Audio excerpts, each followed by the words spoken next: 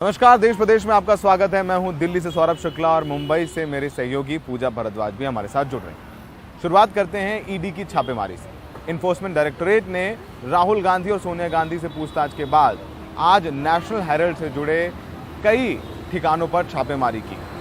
Herald house है दिल्ली की ITO में, जो कि नेशनल हेराल्ड का जो हेडक्वार्टर है, वहां पर छापेमारी की और बताया जा रहा है कि कुल देश भर में 10 लोकेशंस हैं, जिसमें कलकत्ता, लखनऊ और मुंबई की बात सामने आ रही है, जहां पर ईडी की छापेमारी चल रही है। ईडी यहां कुछ दस्तावेजों की तलाश में है। इस बीच नेशनल हेराल्ड के दफ्तर के बाहर कांग्रेस का जबरदस्त प्रदर्शन देखने को मिला। कांग्रेस कार्यकर्ता नारेबाजी करते दिखे, पुलिस उन्हें हटाती भी नजर आई।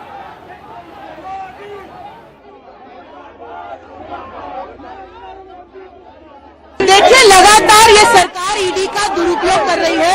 आज हम नेशनल हेराल्ड दफ्तर के बाहर खड़े हैं, ईडी के यहाँ पर आने का विरोध करते हैं, क्योंकि ये हैरेसमेंट है, ब्लेटेंट मिसयूज है, इन्वेस्टिगेटिंग एजेंसी पे दबाव है। National Herald is our pride and it is a newspaper of freedom struggle. You can not sabotage national Herald. आज जिस तरीके से मोदी ईडी का दुरुपयोग कर रहे हैं, हम उन्हें बता देना चाहते हैं, मोदी जी, ये आप अहंकार में डूबे हुए जो ईडी का दुरुपयोग कर रहे हैं, इसे बंद करें। ये कांग्रेस पार्टी के सिपाही हैं, न डरे हैं न डरेंगे। सोनिया गांधी के लिए लड़े और लड़ेंगे। आपको इतना अगर स्वतंत्र कर दिया, इतनी पावर दे दी है, तो मिसयूज करेंगे। 5 दिन राहुल जी से आप करते इनॉग्रेट, फिर सोनिया जी पे करते, कुछ ना पाया। अब खजानी बिल्ली घम्मा नोचे, दफ्तर में कर रहे, करिए जितना करना है, हम नहीं डरते, न डरे न डरेंगे, लेकिन बेजा इस्तेमाल किसी भी संस्था को नहीं होने देंगे। सीबीआई से डरेंगे। राहुल जी और सोनिया जी जब पार्लियामेंट में दिखा देते हैं इनकी सीढ़ी, तो सीबीआई लगा देते हैं और लगा देते हैं इनके पीछे ईडी। तो हम ना तो पहले डरे थे और ना अब डरेंगे। ना मोदी से डरेंगे, ना उसके अमित शाह से डरेंगे, ना उसकी पुलिस से डरेंगे। और भाई आपको खबर और तस्वीरें दिखाते हैं दिल्ली एयरपोर्ट की, जहां एक बड़ा हादसा होते होते टला। एक विमान जो कि टेक ऑफ के लिए तैयार था, उसके नीचे अचानक एक कार पहुंच गई। ये जो कार थी वो गो फर्स्ट कंपनी की थी और जो विमान था वो पटना के लिए उड़ान भरने के लिए तैयार था। कंपनी की जो कार है उसका ड्राइवर, उसने अचानक से ब्रेक लगाया, इसलिए बड़ा हादसा होते होते टला। लेकिन सवाल ये उठ रहे हैं कि जहां विमान पार्क की जगह है, वहां किसी गाड़ी के जाने की इजाज़त नहीं होती, ये कार वहां पर किस तरह से पहुंच गई और एक बड़ा हादसा जो कि हो सकता था उसे किसी तरह से टाला गया, इस बात की जांच हो रही है।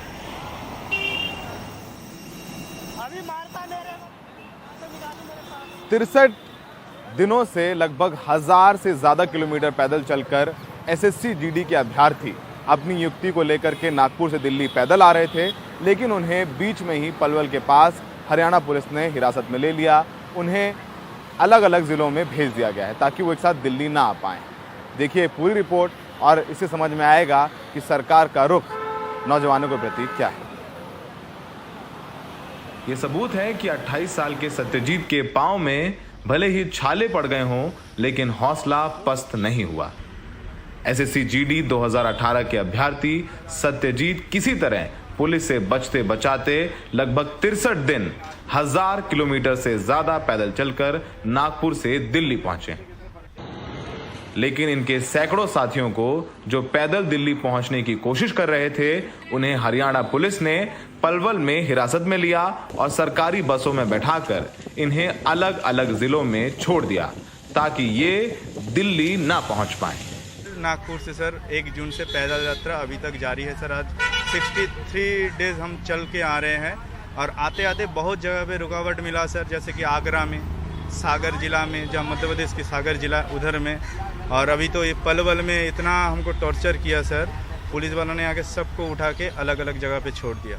हमारे सभी साथी को पूरी बर्बरता से हमारे लड़कियों के साथ सर भी बदतमीजी की गई और हरियाणा पुलिस के द्वारा डिटेन किया गया। यहाँ तक कि सर कल पूरे रात में ये 12 बजे तक इन्होंने परेशान किया। सभी लड़कों को बदतमीजी से धक्के मुक्के, गाली गलौज, यहाँ तक कि लड़कियों को भी सर जेंट्स पुलिस के द्वारा उनको धक्का दिया गया, मारा गया। हाथों में तिरंगा लेकर नागपुर से चले इन छात्रों को इन 2 महीनों में पुलिस से कई बार लाठियां खानी पड़ी। आगरा में तो यूपी पुलिस ने इन्हें गुरुद्वारे से उठाकर हिरासत में ले लिया था, पर मीडिया में खबर आने के बाद इन्हें छोड़ा। मथुरा पहुंचे तो पुलिस के दरोगा ने इन्हें हाईवे पर रोककर जमकर धमकियां दी। हमारे यहाँ चलता होगा, ये उत्तर प्रदेश है, यहाँ से पूरा देश ये उत्तर प्रदेश है। 80 सीट है यहाँ पर। यही राम जन्मभूमि है, कृष्ण जन्मभूमि है। यहाँ की पुलिस भी अलग है, यहाँ का माहौल भी अलग है। यहाँ ये कुछ नहीं होता, यहाँ तो कानून के हिसाब से काम। हमारे यहाँ की पुलिस तो हमारे यहाँ का होमगार्ड। धमकी खाकर भूखे पेट किसी तरह रास्ते में पड़ने वाले गुरुद्वारों में लंगर खाकर सिर्फ इस आस में ये छात्र दिल्ली पहुंचने की कोशिश करते रहे कि कहीं से गृह मंत्री अमित शाह इनसे मिलकर इनकी ज्वाइनिंग करा दें। आपको बताते हैं कि पूरा मामला क्या है। एसएससी जीडी 2018 में भर्ती में पास हुए अभ्यर्थियों की अब तक नियुक्ति नहीं हुई है। शुरुआत में पदों की संख्या 54,000 थी। बाद में इन सीटों को बढ़ाकर 60,210 किया गया। 21 जुलाई 2020 को एसएससी ने फाइनल कट ऑफ में बदलाव कर 55,912 अभ्यर्थियों को नियुक्ति दी। तय सीटों में से 4,298 सीटें घटा दी। तब से लगभग 5,000 अभ्यर्थी परीक्षा पास करने के बाद भी अपनी नियुक्ति के लिए संघर्ष कर रहे हैं। प्रधानमंत्री मोदी ने कहा है कि हर घर तिरंगा लहराइए, जरूर करिए, लेकिन उसके साथ साथ जो चाहते हैं कि देश के लिए जान दे दें, उस तिरंगे में लिपट करके वापस आएं। अगर देश की सरहद में जाएं तो उनकी भी बात सुनी जाए। पैरों में छाले पड़ गए हैं, पुलिस जहां तहां लाठी मारती है और इनका कसूर इतना है कि देश की सेवा करना चाहते हैं। इन्होंने एसएससी जीडी का रिटन निकाला, मेंस निकाला, फिजिकल निकाला, पर मेरिट में नाम नहीं आया क्योंकि सरकार ने एंड टाइम पर वैकेंसी कम कर दी 5,000। जवाबदेही किसी की नहीं है और भुगतना इनको पड़ रहा है, जो सपना संजोए बैठे हुए हैं कि वो कल को देश की वर्दी पहनेंगे और देश के लिए अपनी जान निछावर कर देंगे। सहयोगी प्रेम सिंह के साथ दिल्ली से सौरभ शुक्ला, एनडीटीवी इंडिया। इधर हरियाणा के मुख्यमंत्री शिक्षा में सुधार के लिए चिराग योजना लेकर आए हैं। आखिर क्या है ये चिराग योजना और क्यों इसका विरोध हो रहा है, मोहम्मद गजाली की इस रिपोर्ट में देखिए। शिक्षा में सुधार का दावा करने के लिए हरियाणा के मुख्यमंत्री चिराग योजना लेकर आए हैं, लेकिन हरियाणा भर में इस योजना का विरोध हो रहा है। चिराग योजना का फायदा उन्हीं छात्रों को मिलेगा जिनकी सालाना आय 1,80,000 से कम होगी, यानी 15,000 महीना, जिसके तहत सरकार प्राइवेट स्कूलों में पढ़ने वाले छात्रों को दूसरी से 5वीं कक्षा तक 700 रुपए, 6ठी से 8वीं कक्षा तक 900 रुपए, 9वीं से 12वीं तक 1,100 रुपए दिए जाएंगे। चिराग योजना वापिस लो। Model school. लेकिन इतने जतन के बावजूद भी मुख्यमंत्री की चिराग योजना छात्रों को लुभा नहीं पा रही। चिराग योजना के तहत अभी तक सिर्फ 1,665 छात्रों ने ही प्राइवेट स्कूलों में दाखिला लिया है। वहीं 15,000 से थोड़ा ज्यादा कमाने वाले अभिभावक चाहते हैं कि महंगाई के कारण सरकार उनके बच्चों की भी फीस भरे। 15,000 रुपये जो कमाता है महीने के, उनको प्राइवेट स्कूलों में छूट दी जा रही है, और हम 20,000 रुपये महीना कमाते हैं यहाँ पे, हमको प्राइवेट स्कूलों में छूट नहीं दी जा रही। क्या हम ज़्यादा अमीर हैं? महंगाई देख लो कितनी हो रही है, तोरी 100 रुपये किलो हो रही है, और सिलेंडर देख लो कितना हो रहा है, पेट्रोल के दाम लगातार बढ़ते जा रहे हैं। तो जाए कहाँ जाएं? सरकारी स्कूलों में पढ़ाए तो वहाँ सुविधा ही नहीं है। वहीं हरियाणा भर में अध्यापक संघ इसे सरकारी स्कूलों को बंद करने की योजना बता रहा है। उसका कहना है कि सरकार इस योजना से प्राइवेट स्कूलों को प्रमोट कर रही है। एक तरफ सरकार सरकारी मॉडल संस्कृति स्कूलों में 500 रुपए तक फीस लगा रही है, दूसरी तरफ सरकार जो सरकारी स्कूल से बच्चे प्राइवेट स्कूल में जाएंगे 1,100 रुपए तक सरकार उनको पर बच्चा प्राइवेट स्कूलों को फीस देगी। इस तरह से रिजल्ट क्या होगा कि धीरे धीरे सरकारी स्कूलों से बच्चे पलायन कर जाएंगे और सरकारी स्कूल बंद हो जाएंगे। सरकारी स्कूलों में हालात अच्छे नहीं हैं। टीचरों की कमी और बुनियादी ढांचे की कमी के कारण सरकारी स्कूलों से छात्र और अभिभावक परेशान हैं। जहां एक तरफ सरकार प्राइवेट स्कूलों में पढ़ने वाले छात्रों को आर्थिक मदद दे रही है, वहीं बुनियादी ढांचे की कमी के बावजूद सरकारी मॉडल संस्कृति स्कूलों में पढ़ने वाले छात्रों से 500 रुपए फीस मांग रही है। इसको लेकर छात्र स्कूल के बाहर सरकार के खिलाफ और फीस वापसी की मांग को लेकर धरना दे रहे हैं। सरकार द्वारा चिराग योजना चलाई जा रही है, उनको वापस ली जाए, और जो हमारे स्कूल में टीचरों की कमी है उन्हें पूरी करी जाए। और ये कह रहे हैं अभी चिराग योजना 134 के तहत पेपर 2 प्राइवेट स्कूल में लो, इससे प्राइवेट स्कूल में जाना होता तो जी हम सरकारी में क्यों आते, और फीस ले जा रही है ना ही टीचर रही है। हरियाणा सरकार का दावा है कि सरकार गरीब लोगों की भलाई के लिए काम कर रही है ताकि सभी को समान शिक्षा का अधिकार मिल सके। ये तो एक संवेदनशील सरकार का गुण है। जो लोग आलोचना कर रहे हैं वास्तविकता में वो गरीब आदमी के खिलाफ है। हरियाणा में सरकारी स्कूलों में सालों से खाली पड़े पदों और बुनियादी ढांचे की कमी को लेकर छात्र हाईकोर्ट जाते रहे हैं, लेकिन इसके बावजूद भी स्कूलों के हालात ज्यों के त्यों बने हुए हैं। एक तरफ जब सरकार ये दावा कर रही है कि चिराग स्कीम के जरिए गरीबों को पढ़ाने में मदद मिलेगी, वहीं शिक्षक, छात्र और अध्यापक संघ ये सवाल पूछ रहा है कि इससे सरकारी स्कूलों के सुधार में कैसे फर्क आएगा। कैथल से सुनील रवीश के साथ चंडीगढ़ से मोहम्मद गजाली, एनडीटीवी इंडिया।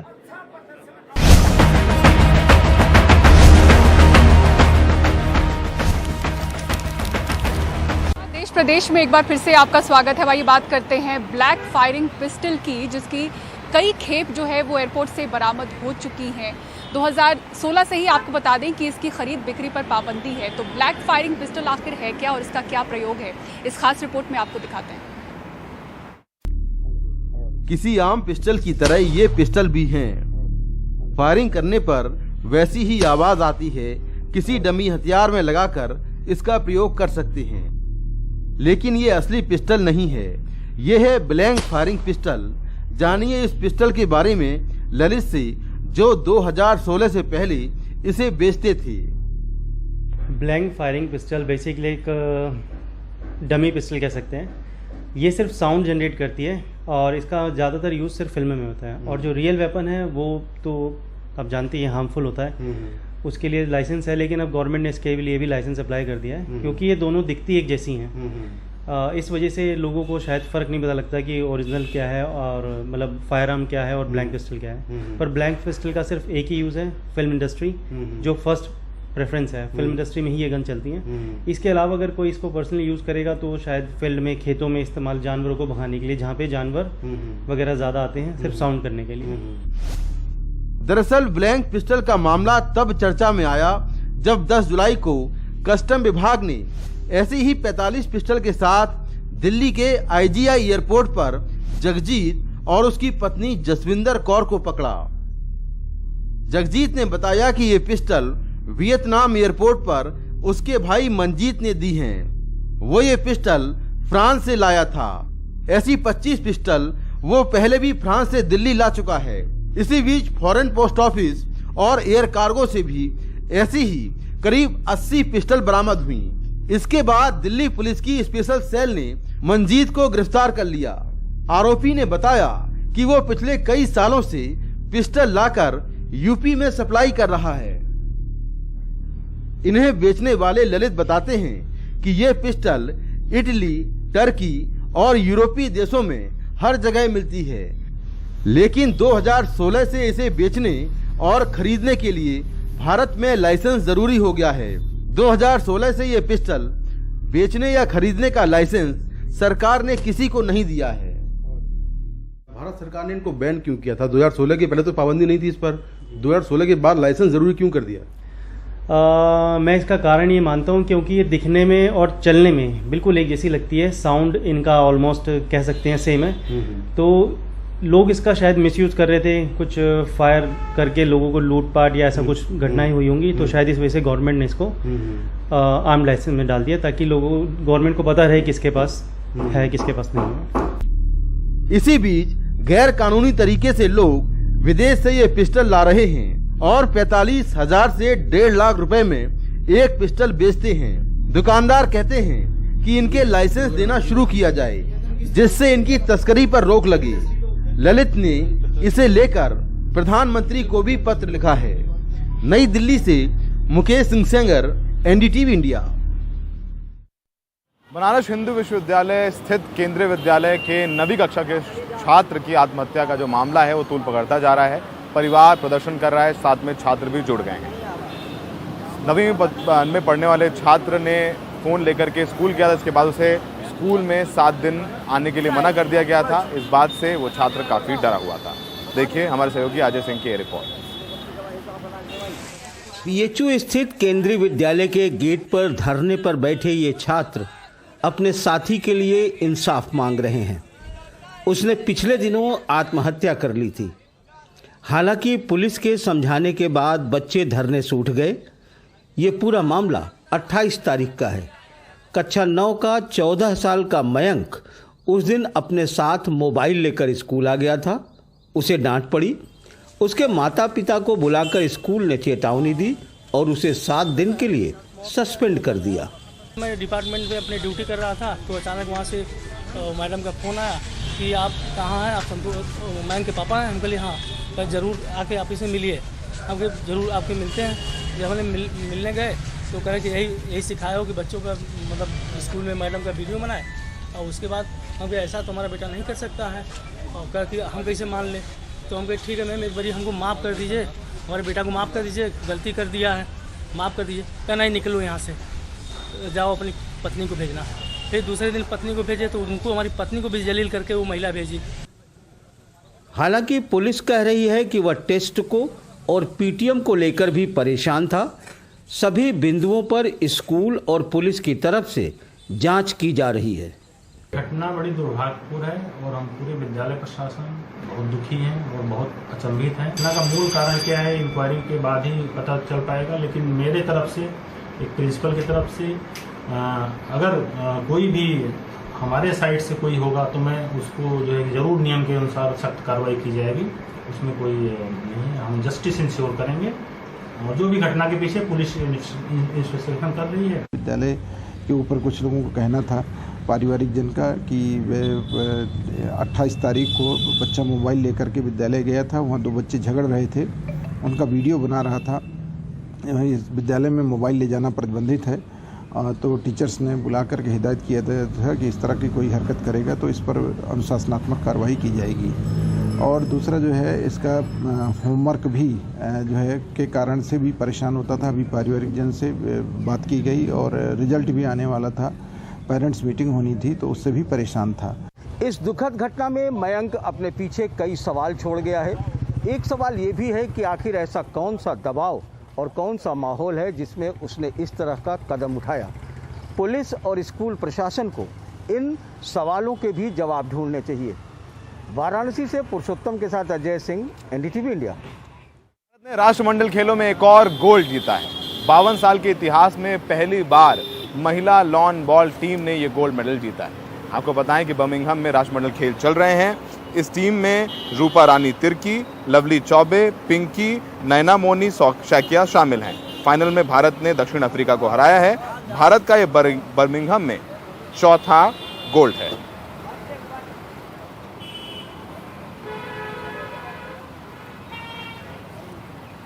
दिल्ली के त्यागराज स्टेडियम में ओएनजीसी पैरा गेम्स चल रहे हैं और इसकी शुरुआत हो गई है। आपको बताएं कि पेट्रोलियम मंत्री हरदीप सिंह पुरी ने इसकी शुरुआत की है। 3 दिनों के इस टूर्नामेंट में 7 पब्लिक सेक्टर के 275 खिलाड़ी हिस्सा ले रहे हैं। ये टूर्नामेंट 2017 से आयोजित किया जाए।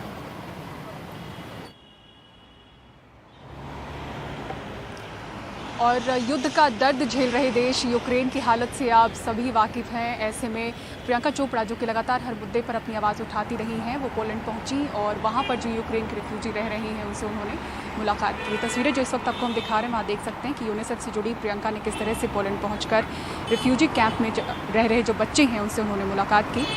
इससे जुड़ी तस्वीरें उन्होंने अपने इंस्टाग्राम अकाउंट पर शेयर की हैं। प्रियंका ने वीडियो शेयर करने के साथ साथ कई तस्वीरें भी सोशल मीडिया पर पोस्ट की, जिनमें वो दुनिया को ये बता रही हैं कि यूक्रेन के लोग किस तरह के संकट से जूझ रहे हैं।